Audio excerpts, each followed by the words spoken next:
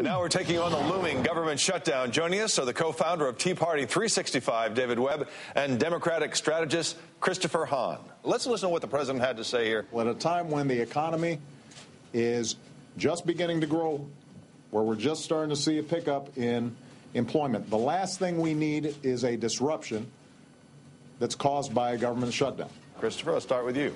The Democrats and the Republicans and the president are all in basically the same ballpark as far as the final number for this budget. Remember, this is not the 2012 budget. This is the 2011 budget. Right. And they're at the same place. The problem is Republicans now on the extreme right wing of the party are insisting on policy riders in the budget that Democrats cannot and will not agree to because they affect things from the way seniors get their health care to where government dollars are spent on social programs. It's my understanding that the Republicans were the only ones that really considered that in this particular budget, right? I mean, they were the ones that were actually touching all the entitlement programs. David?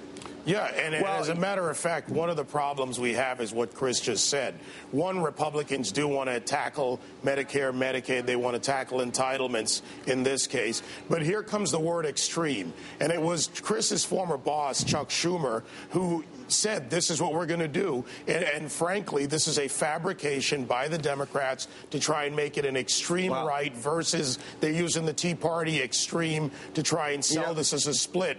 This is not what we need right now in a major policy issue in this country and a major problem that we need to have long-term solutions for. I'm using the word extreme because it fits here. If the shoe fits, wear it. The extreme right has taken over the Republican Party. I know John Boehner will be willing. John Boehner and some of the more seasoned Republicans in the House of Representatives would have reached a compromise by now. No, they would not have. But they're being held up by these 60 extreme freshmen who in any other year would never have gotten elected. They rode a tidal wave into office saying that they wanted fiscal reform, and what they've done is they've attached social riders to this budget. It's not just about the dollars here, David. You know it.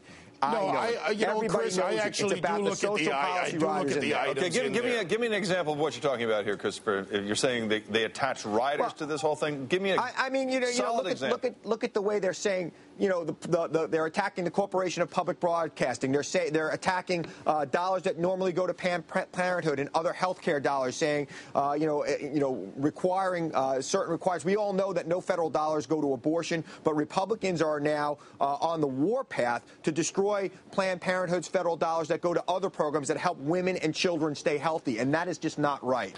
All right, David, I'll give you a last word. Okay, well, first of all, this is about tackling spending. I don't want to get into the fudge numbers with Planned Parenthood and all the other things. There are plenty of duplicative programs. There are plenty of real programs that can be reduced at the federal level. And frankly, if the Democrats wanted to really talk about this, why didn't they pass the budget last year when they had the control? One of the reasons was there were Democrats who voted against it. So this is not just a Democrat-Republican issue. Wow. It is, in fact, a math issue. When the budget cannot be sustained anymore and the federal debt cannot continue to grow, we have to take our own austerity and consider that first. Christopher, go ahead. David, I will agree with you that when the Democrats had control of Congress, they should have passed this budget last year, and now we're paying the price for it. Unfortunately, the American people may have to pay the price for the Republicans' failure to negotiate on this. So your failure is blamed on the Republicans. I just want to get it straight. And in Washington, everything has to be done in a compromise. We work in an incremental society. I know the Tea Party people don't understand that. We're going to have to leave it there. David Webb, Christopher Hahn, thanks very much for joining us to take on this issue.